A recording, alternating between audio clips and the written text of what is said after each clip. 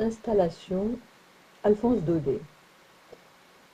C'est de là que je vous écris, ma porte grande ouverte au bon soleil. Un joli bois de pin tout étincelant de lumière dégringole devant moi jusqu'au bas de la côte. À l'horizon, les Alpilles découpent leurs crêtes fines. Pas de bruit. À peine, de loin en loin, un son de fifre, un courlis dans les lavandes, un grelot de mules sur la route. Tout ce beau paysage provençal ne vit que par la lumière. Et maintenant, comment voulez-vous que je le regrette, votre Paris bruyant et noir? Je suis si bien dans mon moulin. C'est si bien le coin que je cherchais, un petit coin parfumé et chaud, à 1000 lieues des journaux, des fiacres, du brouillard. Et que de jolies choses autour de moi. Il y a à peine 8 jours que je suis installée, j'ai déjà la tête bourrée d'impressions et de souvenirs.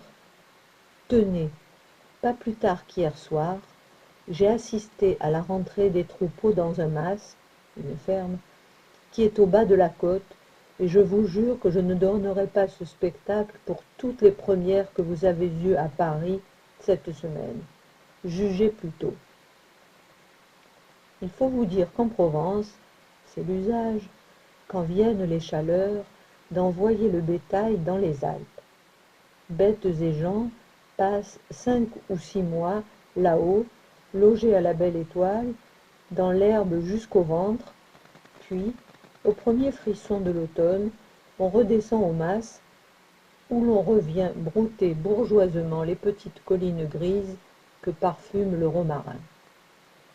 Donc, hier soir, les troupeaux rentraient. Depuis le matin, le portail attendait, ouvert à 2 battants. Les bergeries étaient pleines de paille fraîche. D'heure en heure, on se disait « Maintenant, ils sont à Eyguières, maintenant au Paradou ». Puis, tout à coup, vers le soir, un grand cri « Les voilà !»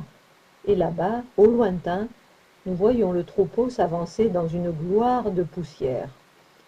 Toute la route semble marcher avec lui. Les vieux béliers viennent d'abord, la corne en avant, l'air sauvage.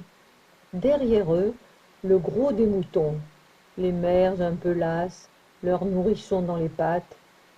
Les mules à pompons rouges, portant dans des paniers les agnolets d'un jour qu'elles bercent en marchant.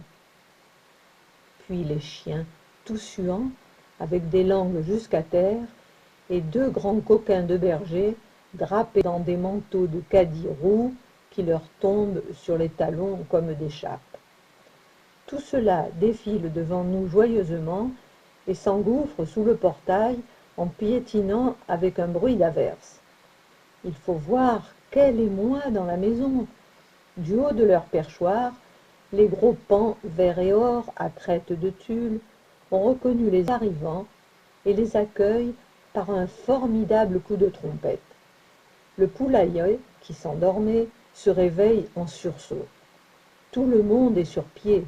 Pigeons, canards, dindons, pintades. La basse-cour est comme folle. Les poules parlent de passer la nuit. On dirait que chaque mouton a rapporté dans sa laine, avec un parfum d'Alpes sauvages, un peu de cet air vif des montagnes qui grise et qui fait danser. C'est au milieu de tout ce train que le troupeau gagne son gîte. Rien de charmant comme cette installation. Les vieux béliers s'attendrissent en revoyant leur crèche. Les agneaux, les tout petits, ceux qui sont nés dans le voyage et n'ont jamais vu la ferme, regardent tout autour d'eux avec étonnement. Mais le plus touchant encore, ce sont les chiens, ces braves chiens de berger, tout affairés après leurs bêtes et ne voyant qu'elles dans le mas. Le chien de garde a beau les appeler du fond de sa niche, le seau du puits tout plein d'eau fraîche a beau leur faire signe, ils ne veulent rien voir, rien entendre, avant que le bétail soit rentré, le gros loquet poussé sur la petite porte à claire-voie et les bergers attablés dans la salle basse. Alors seulement, ils consentent à gagner le chenil, et là, Tout en lapant leur éculelle de soupe, ils racontent à leurs camarades de la ferme ce qu'ils ont fait là-haut dans la montagne. Un pays noir où il y a des loups et de grandes digitales de pourpre, pleines de rosée, jusqu'au bord.